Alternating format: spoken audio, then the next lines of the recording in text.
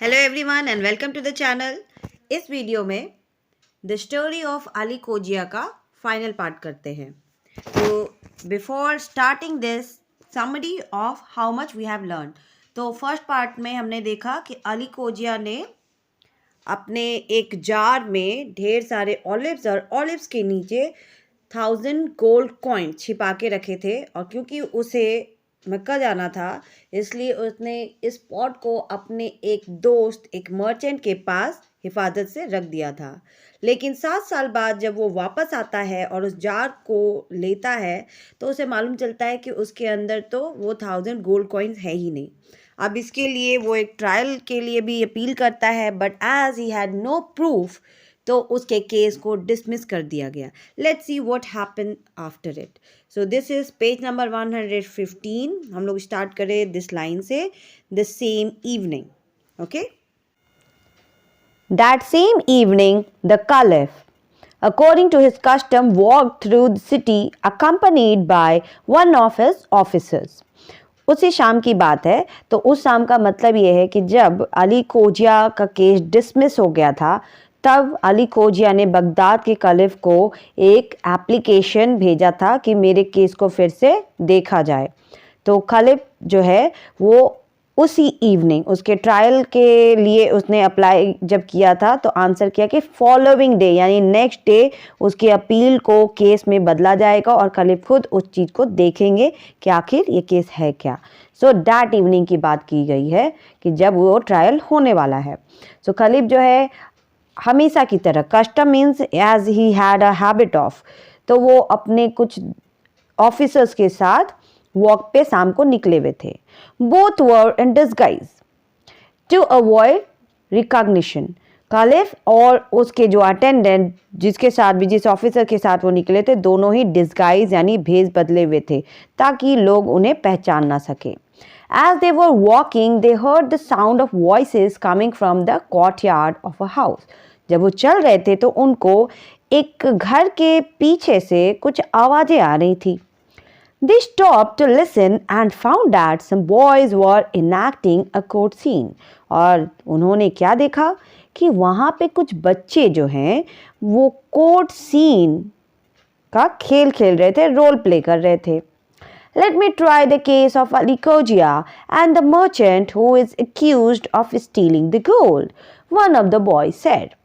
और ये आवाज़ आई कि वहाँ पे एक बच्चा कहता है कि मुझे अली कोजिया और उस मर्चेंट जिस पे सोने चोरी करने का इल्ज़ाम लगा है उस केस को करना है।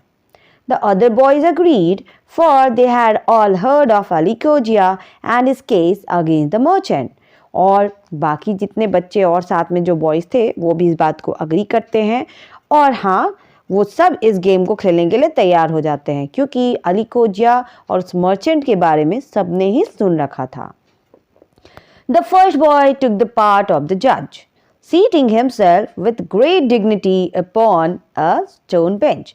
तो उनमें से जो फर्स्ट बॉय था वो जज का रोल प्ले करता है और एक ऊंचे से स्टोन में वो अपना बेंच बनाकर उस पे बैठ जाता है।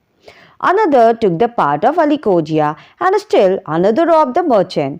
फिर उसमें से एक अली कोजिया बनता है और दूसरा merchant. Two other boys were appointed as olive merchants and many other boys acted as court officials. दो बच्चे जो हैं वो ऑलिव बेचने वाले व्यापारी बन जाते हैं और बाकी लोग जो हैं वो कोर्ट के ऑफिशियल्स, कोर्ट में और भी बहुत सारे मेंबर्स होते हैं तो उनका रोल प्ले करते हैं। The boys did not know that hidden in the shadows and watching the mock trial were the caliph and one of his officers. इन बच्चों को तो पता ही नहीं था कि वहाँ पे शैडो में छिपकर कोई उन्हें देख रहा था और इस मॉक ट्रायल यानी इस मॉक का मतलब होता है प्रैक्टिस जो कि रियल ना हो, तो उस मॉक ट्रायल को देख रहे थे कौन? कालिफ और उनके एक officer. The trial began and one of the court officials brought in Ali Kojia and the merchant.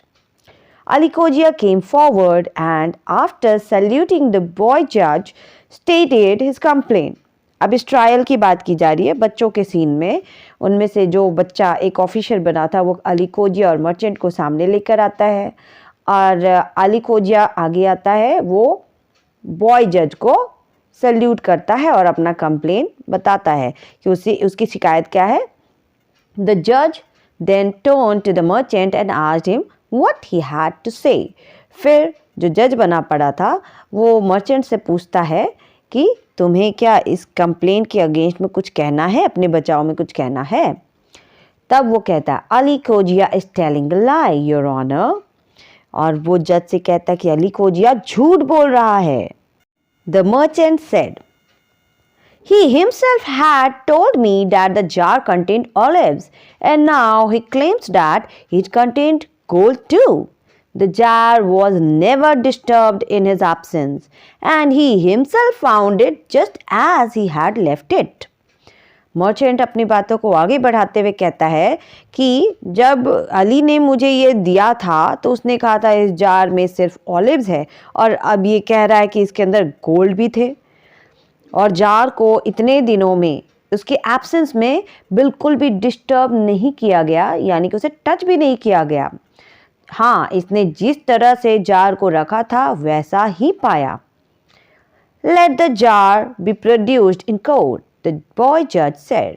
अब बॉय जज जो है वो कहता है कि जिस जार की बात की गई है उसे कोर्ट में हाजिर किया जाए। Have you brought the jar with you, Ali खोजिया? और वो अली खोजिया से पूछते हैं क्या तुम जार लेकर आए हो?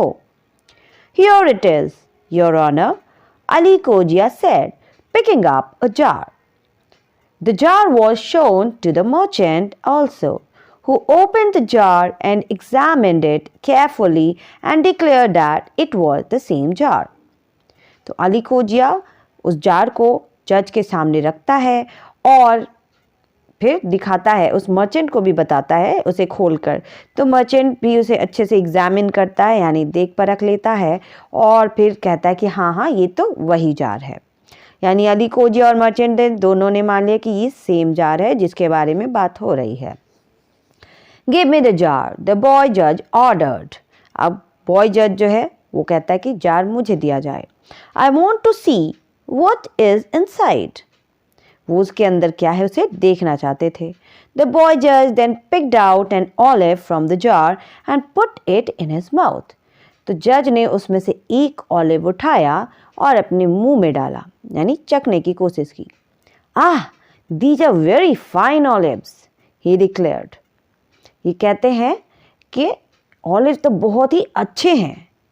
Good and sweet, call some olive merchant so we may take their opinion too. अब बॉय जज कहते कि इसका टेस्ट तो काफ़ी अच्छा है, it is good and sweet. क्या किया जाए, कुछ ऑलिव मर्चेंट्स को यहाँ पे बुलाया जाए और उनकी ओपिनियन, उनकी राय लेनी है। A boy went out and soon returned with 2 other boys who pretended to be olive merchants. जैसा कि शुरू में ही बताया कि 2 बच्चे ऑलिव मर्चेंट बने हुए थे, तो उस कोर्ट रूम से एक बच्चा बाहर जाता है और 2 ऑलिव मर्चेंट्स को लेकर अंदर आता है। ये रियल ऑलिव मर्चेंट नहीं है, वो बॉयज़ हैं जो ऑलिव मर्चेंट का रोल कर रहे हैं। Tell me, said the boy judge to the 2 merchants, how long can olives be kept without going bad? अब ये दोनों मर्चेंट से जज पूछते हैं कि बताओ ऑलिव्स कितने दिनों तक खराब नहीं हो सकते, यानी अच्छे रह सकते, उनका स्वाद अच्छा रह सकता है। If the olives are stored carefully, they can be kept for 3 years. After that, they become unfit for eating. तो ये मर्चेंट जो हैं बताते हैं कि ऑलिव्स को अगर काफ़ी देखभाल करके यानी साफ़ सुथरे तरीके से रखा जाए तो 3 साल तक उनका टेस्ट अच्छा होता है, और उसके बाद वो अनफिट यानी खाने लायक नहीं रह जाते हैं। Taste the olives in this jar and tell me how old they are. The olive merchants examined the olive closely and tasted them. Then they said, Your Honor, these olives are quite fresh and good. अब जज ने उन olive merchants को olive test करने के लिए कहा और कहा कि बताएं कि ये कितने पुराने हैं। तो ऑलिव मर्चेंट ने भी उन्हें एग्जामिन किया, टेस्ट किया और फिर बताया, कहा कि योर ऑनर ये ऑलिव बिल्कुल फ्रेश एंड गुड है, ये बहुत ही अच्छे कंडीशन में है। Will you examine them again carefully? The boy judge said. It is claimed that the olives are 7 years old. अब बॉय जज कहते हैं कि आप थोड़ा ध्यान से बताएं, क्योंकि कहा जा रहा है कि ये ऑलिव्स 7 years old हैं, ये फ्रेश नहीं हैं। Your Honor, these olives are of the present year. Any good olive merchant in Baghdad will tell you that. तो ऑलिव मर्चेंट कहता है कि योर ऑनर ये ऑलिव्स इसी ईयर के हैं, प्रेजेंट ईयर के हैं, ये पुराने तो हो ही नहीं सकते। और ये मैं ही नहीं, कोई भी अच्छा ऑलिव मर्चेंट बगदाद में आप किसी से भी पूछ लें, वो यही बात कहेगा। The boy who played the part of the dishonest merchant opened his mouth to protest his innocence, but the boy judge silenced him, saying, "Not another word. You are a thief and you have cheated your friend. These are not the same olives that Ali Khoja put in his jar 7 years ago. You opened the jar and took out the gold, and then you refilled the jar with fresh olives. For this you shall be thrown into prison." अब boy जज ने अपनी judgement सुनाई। जैसे ही वो पता चल गया कि ऑलिव फ्रेश है, तो ये जो मर्चेंट है ना, वो अपने मुंह खोलता है अपने आप को बचाने के लिए। प्रोटेस्ट मतलब बचाना, खुद को बचाने के लिए और अपनी इनोसेंस यानी मासूमियत दिखाने के लिए वो कुछ कहना चाहता है, लेकिन बॉय जज ने उसे साइलेंस्ड कर दिया, कहा चुप रहो, एक वर्ड भी नहीं। और वो उसे क्या कहते हैं कि यू आर अ थीफ, तुम एक चोर हो, एक चीटर हो, तुमने अपने दोस्त को धोखा दिया है। ये वो सेम ऑलिव नहीं है जो अली खोजिया ने अपने जार में 7 साल पहले रखा था। तुमने इस जार को खोला, उसके अंदर से गोल्ड निकाले और फिर फ्रेश ऑलिव डालकर उसे पैक कर दिया। इसके लिए तुम्हें जेल में बंद होना पड़ेगा। ये सज़ा जज ने सुनाई। The Caliph was very pleased with what he had seen and said to his officer, "Find out who the boy is that played the part of the judge and bring him to me tomorrow morning. Also call 2 olive merchants from the city." अब कालिब जो सारा कुछ ये देख रहे थे, वो ये सब देख के काफ़ी प्लीज्ड यानी खुश हो गए और उन्होंने अपने ऑफिसर से कहा कि ये जो बच्चा जज का रोल कर रहा है ना, पता करो कि ये कौन है और कल सुबह इसे मेरे पास लाओ। सिर्फ इन्हें ही नहीं, और 2 अच्छे ऑलिव मर्चेंट्स को भी मेरे पास लेकर आना। Next day when the boy came, the caliph seated him by his side. अगले दिन वो बॉय कालिफ के पास आया तो कालिफ ने उसे अपने बगल में बिठाया। "I heard the trial last night and am very pleased with you," the Caliph told the boy. "You will now see the real Ali Khoja and the merchant." अब कालिफ उससे कहते हैं कि कल रात को मैंने वो ट्रायल देखा था जब तुम जज का रोल कर रहे थे और किस तरह तुमने उस केस को सॉल्व किया था। मैं इस चीज़ से बहुत ही खुश हूँ। अब तुम यहाँ पे रियल अली खोजिया और मर्चेंट को देखो। When Ali Khoja and the merchant were produced in the court, the Caliph said, "Each of you may plead your case before this boy, who will hear and pronounce judgment." अब अली खोजिया और merchant वहाँ court में आते हैं, तब कालिफ उनसे कहते हैं कि आप दोनों अपनी अपनी प्लीड यानी बात को रखना, बहस जो वकील लोग करते हैं ना, दैट इज प्लीड। तो आप अपने केस को इस बॉय के सामने रखें, अपनी अपनी बातें बताएं और ये बॉय ही आज का जजमेंट प्रोनाउंस करेगा। The boy tried the case just as he had done the night before and found the merchant guilty. तो पिछली रात को जिस तरह इस बॉय ने उस केस को सॉल्व किया था, बिल्कुल उसी तरह आज भी इस मर्चेंट को गिल्टी पाया। At this, hoping to escape punishment, the merchant confessed his guilt and told the caliph where he had hidden the gold. अब तो कोई रास्ता बचा नहीं था, तो पनिशमेंट से बचने की उम्मीद में इस मर्चेंट ने अपनी सारी गलतियों को कन्फेस कर लिया, यानी मान लिया, और कालिफ को बता दिया कि उसने गोल्ड को कहाँ छिपा कर रखा है। But the caliph showed him no mercy, लेकिन कालिफ तो उसे बिल्कुल भी दया दिखाने वाले नहीं थे। You try to cheat a friend who fully trusted you, he told the merchant. उन्होंने मर्चेंट से कहा कि तुमने अपने एक दोस्त को धोखा दिया है, चीट किया है, जिसने तुम पे पूरा भरोसा किया था। This is a crime worse than common robbery, ये क्राइम, ये जुर्म एक डकैती या चोरी से भी ज़्यादा बुरा है। You shall go to prison for 1,000 days, 1 day for each gold piece that you have stolen. और इसलिए तुम्हें 1,000 पूरे 1,000 दिन के लिए जेल में जाना पड़ेगा, हर एक सोने के लिए एक दिन की सज़ा। The caliph then sent for the judge who had let the merchant go free and said to him, Learn from the child how to do your duty with greater care in future.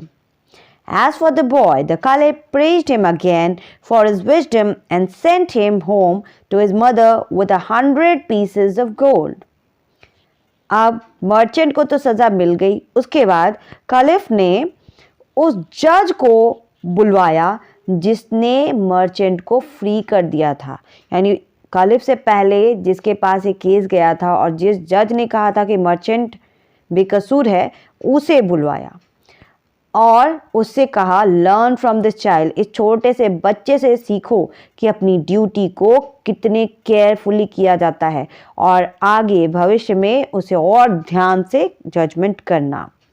और रही बात इस boy की, तो कालिफ ने फिर से उसे प्रेज यानी उसकी प्रशंसा की सबके सामने और उसे उसकी मम्मी के पास भेज दिया और उसके मदर को 1,000 गोल्ड पीसेस इनाम में दिए, क्योंकि इस बच्चे ने बहुत ही अच्छा जजमेंट दिया था। तो ये कहानी है from the Arabian Nights. Arabian Nights एक बहुत ही फेमस बुक है जिसमें बहुत सारी मॉरल स्टोरीज़ हैं और ये बच्चों के लिए बहुत ही एंटरटेनिंग भी है। उन्हीं में से एक छोटा सा पीस हमने देखा। And what do we learn from here? We learn that हमें किसी के साथ भी चीटिंग नहीं करनी चाहिए। जब कोई हम पे ट्रस्ट करे, खासकर जब हमारा फ्रेंड हम पे ट्रस्ट करता है, तो हमें उस ट्रस्ट को बनाए रखना चाहिए। कुछ पैसों के लिए या किसी भी लालच में आके फ्रेंडशिप को तोड़ना या उसका गलत फ़ायदा उठाना गलत है। भले ही देर से ही सही, इस मर्चेंट को उसकी सज़ा ज़रूर मिली। So in life we should be honest. हमें अपने फ्रेंड्स या हर किसी के साथ हमें ऑनेस्टली बिहेव करना चाहिए। किसी के साथ कभी भी चीटिंग नहीं करनी चाहिए। अदरवाइज कोई देखे ना देखे, God is always there to जज। Thank you.